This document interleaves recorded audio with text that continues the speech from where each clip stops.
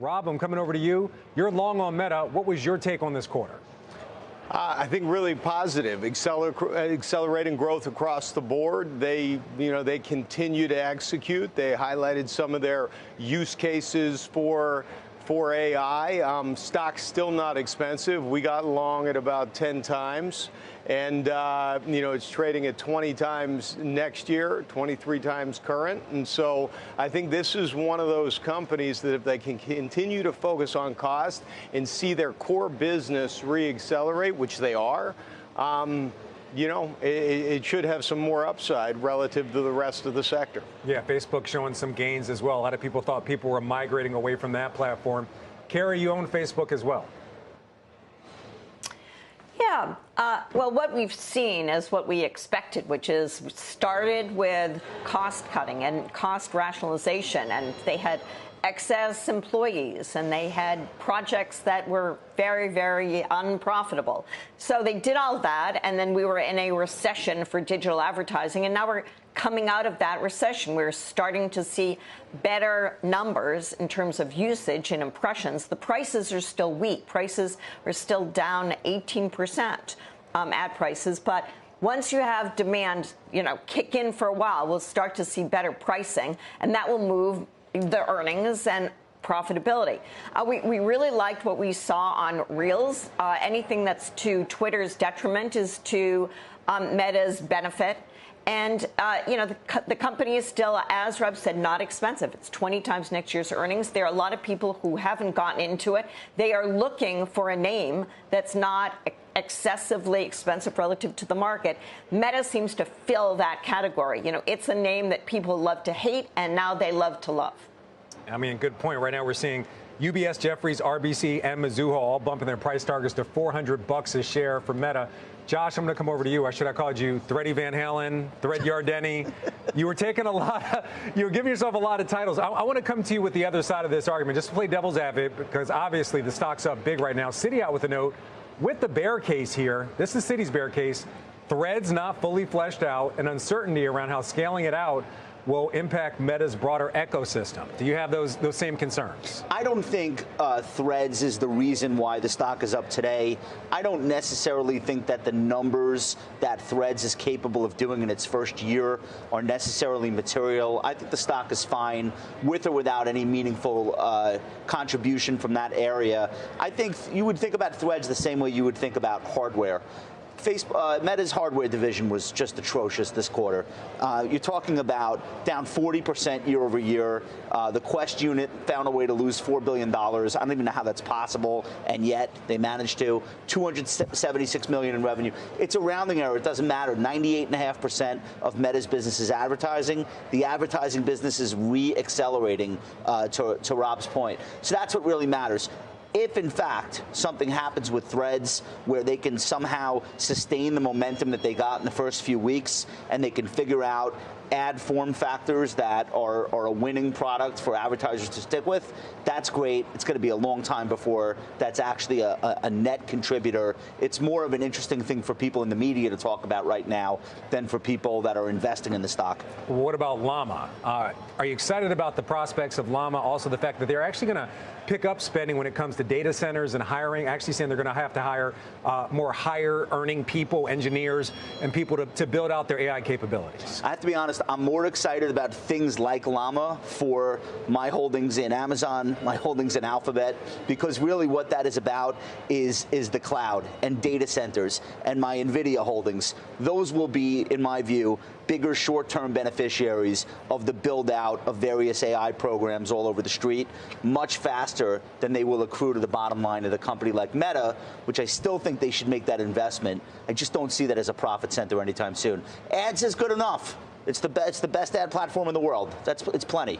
Like they don't need all these other businesses to kick in and contribute anything meaningful right away. Not worried about all the bells and whistles, but are you encouraged by the fact that they actually cut their workforce by 14%, and that it doesn't even count all the people they laid off, according to them?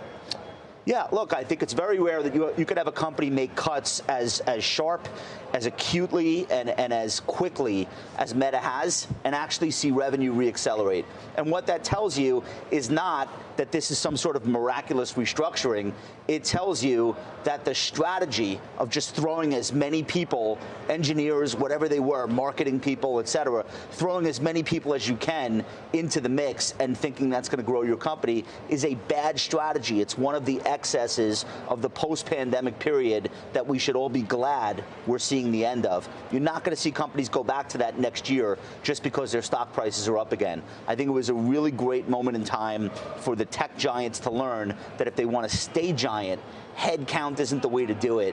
They have figured out they don't need that many people. Margins can be bigger. Share prices can go substantially higher, and they don't have to sacrifice revenue just because they want to reduce the amount of head count. So, Jim, over to you. You're not in this name, but as Kerry mentioned, attractive valuation. They have some AI offerings that they're working on right now in the ad business, again, pretty strong. I think the numbers look very good. Congratulations to my friend Rob Sechan. I have to do this for all of 2023 because I pinged on him when he made it his stock summit pick. I don't know if you'll ever let me off that, but look, no, congratulations. Congratulations. Not happening until 24, buddy. Congratulations to everyone who owns the stock, and I do think it's attractively priced. Any one of us on this desk is going to say, look, you don't have to own every stock in the universe. I'm happy with the stocks that I do own. Meta may well do fine, even though it's up 88% year to date. I have a fundamental emotional belief that I just don't like social media. I don't like what it does to mankind. Now, people can pillory for me for that, but it's for the same reason that I haven't owned Philip Morris or tobacco stock in my entire 45 years of investing. And I applaud everybody who makes money. I don't judge you. It's just not for me. Kerry, we got to look at both sides of this. Any thoughts about the increase of expenses to build out its AI capabilities? A lot of that on data centers, also on staff, engineers, things like that? I don't know how they can avoid it. I mean, if you're going to go all into AI, and I think that Meta is one of the companies that one expects to be doing that, then they have to spend the bucks. So it's a very, very profitable business. You know, we look at these companies and the amount of leverage they have and high profitability, it's just unbelievable. I mean, that's what software does.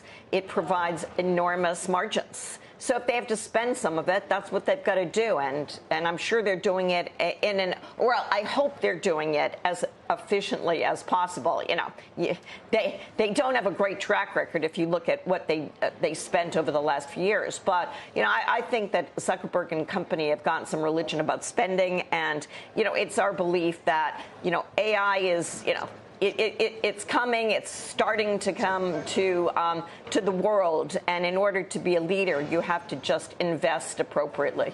Hey, Kerry, it's Josh Brown.